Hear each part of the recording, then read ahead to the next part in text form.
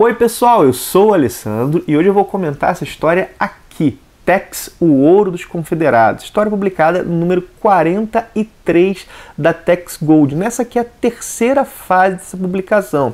Eu tô atrasado na Tex Gold, eu já li até, em sequência, né, até a número 33, mas acumularam várias para serem lidas e, bom, chegamos a essa terceira fase que era a minha mais esperada. Então resolvi já ler a história dessa terceira fase, enquanto vou colocando em dia aos poucos as que estavam atrasadas. E vou comentando aqui no canal de maneira intercalada. Por isso, não fica assim, caramba, o Alessandro comentou a 33 tem pouquinho tempo e agora comentou a 43, e as que estão aí no caminho. Algumas já foram comentadas, a número 41 eu já fiz o comentário, mas eu não pulei, eu não pulei no sentido de que vou deixar de lado, não. Vão sendo comentados aos poucos. Pode ficar tranquilo, porque eu sigo no propósito que eu sempre anuncio aqui de comentar todas as edições do Tex Gold. Não acontecendo nada de errado, pretendo levar isso a cabo. Pois bem, vamos lá. Como eu disse, essa terceira fase da Tex Gold, que vai do número 41 em diante, é a fase que eu mais esperava. Por quê? Porque é uma fase que traz histórias mais longas, histórias que saíram no Brasil nos anuais do Tex e na Itália na revista chamada Max Tex. Por exemplo, essa Ouro dos Confederados ela foi publicada na Max Tex número 3 de 1999. No Brasil, saiu aqui no ano 2000 em Tex Anual número 3. Pois bem, né? Essa é uma história produzida por uma das duplas mais elogiadas a trabalhar com Tex, que é a dupla Segura Ortiz, Antônio Segura nos roteiros, José Ortiz nos desenhos.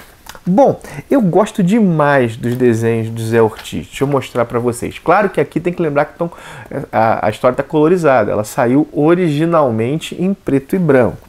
Olha só os desenhos do Ortiz. São realmente desenhos muito detalhados e eu acho assim realmente muito bons, tanto do ponto de vista da expressão quanto do ponto de vista da narrativa, da ação. Realmente é um dos meus desenhistas preferidos no Tex. Já o Antônio Segura, ele consegue introduzir um humor nas histórias do Ranger que é muito peculiar e não é tão comum nas histórias do Tex. Um humor que inclusive não soa destoante. Já devem ter visto reclamando aqui de humor em algumas histórias que serve mais para quebrar a densidade dramática do que propriamente para contribuir com a história. Aqui não. O humor não é uma história, não é uma comédia essa história aqui, mas o humor está presente de um jeito bem interessante. Ele tem a ver com a personalidade dos personagens, ele não destoa do que o personagem é. Isso também aconteceu em uma outra história produzida pela dupla, que foi o Caçador de Fósseis. Bom, e algo que eu gostei dessa história aqui, o Ouro dos Confederados, é que o ponto de vista do leitor e do Tex são distintos, eles são diferentes. Por que eles são diferentes? Porque eu, leitor, você, leitor, ao ter contato com a história, nós sabemos os dois lados da trama. Nós conhecemos os planos dos antagonistas, nós conhecemos as intenções, as motivações. O Tex não. Nós sabemos os planos dos fugitivos. Daqui a pouco eu vou dizer por que são fugitivos. O Tex não tem a mínima noção. E, inclusive, o Tex vai terminar a história não sabendo de tudo. Bom, além disso, essa história aqui toca num tema que eu julgo muito importante, sobre o qual, vez por outra, eu penso.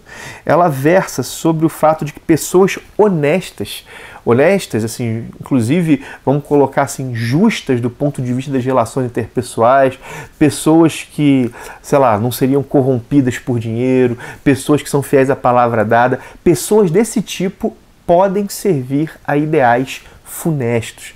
Pessoas assim podem colaborar com coisas terríveis para a sociedade como um todo. Bom, um dos antagonistas da história é assim. É um homem honrado, é um homem extremamente justo e leal, mas que serve ao ideal da manutenção da escravidão nos estados do sul. No início da história, deixa eu pegar, nós temos uma fuga da cadeia. Nós temos a organização de uma fuga de alguns prisioneiros. Deixa eu mostrar aqui como é que um pouquinho dessa fuga. E quem são esses prisioneiros? São ex-soldados confederados. Lembra que a confederação era a reunião dos estados do sul dos Estados Unidos, estados ligados à escravidão, durante a Guerra Civil Americana. Bom, eles fogem, e fogem para quê? Para se encontrar com alguns membros da Ku Klux Klan, a Ku Klux Klan no século XIX. Um desses soldados confederados que foge, ele tem a informação sobre um ouro, uma quantidade muito grande de ouro escondida. E esse ouro, ele quer usar esse ouro para financiar uma insurreição do Sul, para que o Sul, derrotado na guerra, possa voltar à guerra para continuar com seu modo de vida ligado à escravidão, mesmo após ter sido derrotado pelo Norte, para que isso possa ressuscitar. Bom, pois bem, esse soldado julga que a Ku Klux Klan pode ser o espaço institucional no qual ele pode entregar esse dinheiro, esse ouro, e a partir daí essa insurreição do Sul acontecer. O que acontece é que o Tex e o Kit Carson estão nessa penitenciária onde ocorre a fuga. Eles estão lá, foram levar alguns prisioneiros, e eles se oferecem como voluntários para perseguir esses homens que fugiram. E eles são acompanhados, inclusive, por um soldado negro, que é um personagem bem interessante, tá? Inclusive aqui nessa página, essa página aqui, ele fez o café, a comida dos três, né? Dos três que estão perseguindo os confederados fugitivos. Pois bem, a perseguição, ela é muito bem construída, e por assim dizer, ela é diferente do que normalmente nós vemos no Tex.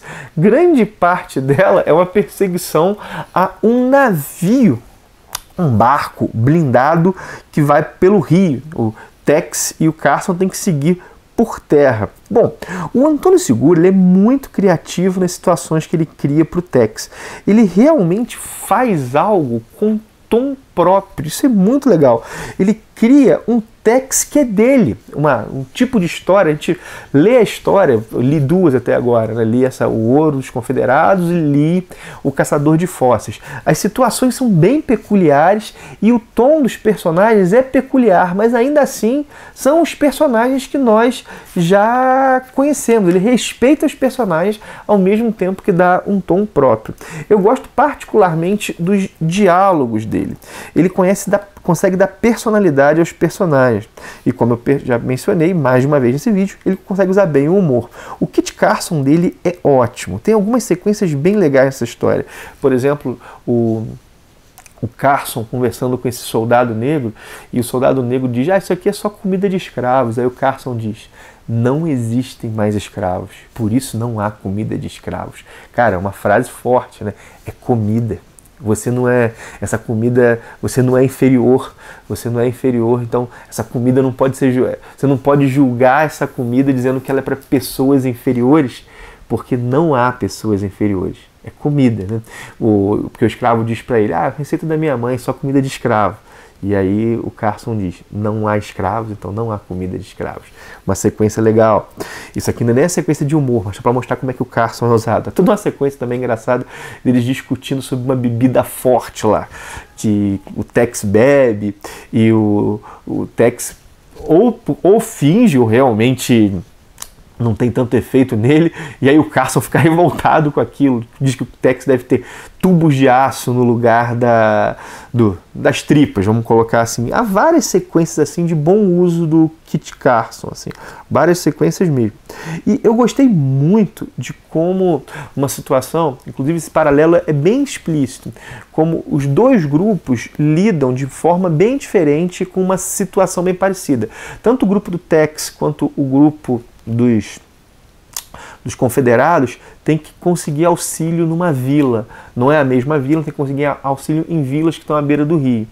Um grupo busca usar inspiração e o outro usa coerção. Isso é um paralelo que é feito aqui. A sequência também que mostra os ex-escravos ajudando Tex contra esses confederados que são aí ligados à clã é comovente, assim. Bom, ela é simples, mas ela toca num tema que mexe muito comigo, que é esse tema da luta contra a escravidão, da preservação e e da liberdade, da preservação da liberdade. E, inclusive, o Antônio Segura mostra aqui como é que a escravidão causou enormes feridas e gerou crueldade, gerou os senhores cruéis e insensíveis também. Isso é bem interessante, esse tema, assim. E o Segura aborda tudo isso de forma sensível, num contexto de uma aventura de ação com pitadas de humor, tá?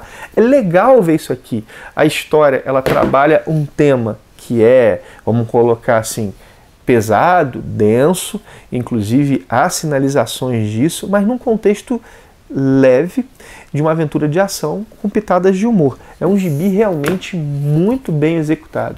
Essa dupla Segura-Ortiz realmente uma das grandes duplas a trabalhar com o Tex. Pois bem, é isso, minha gente. Já leu O Ouro dos Confederados?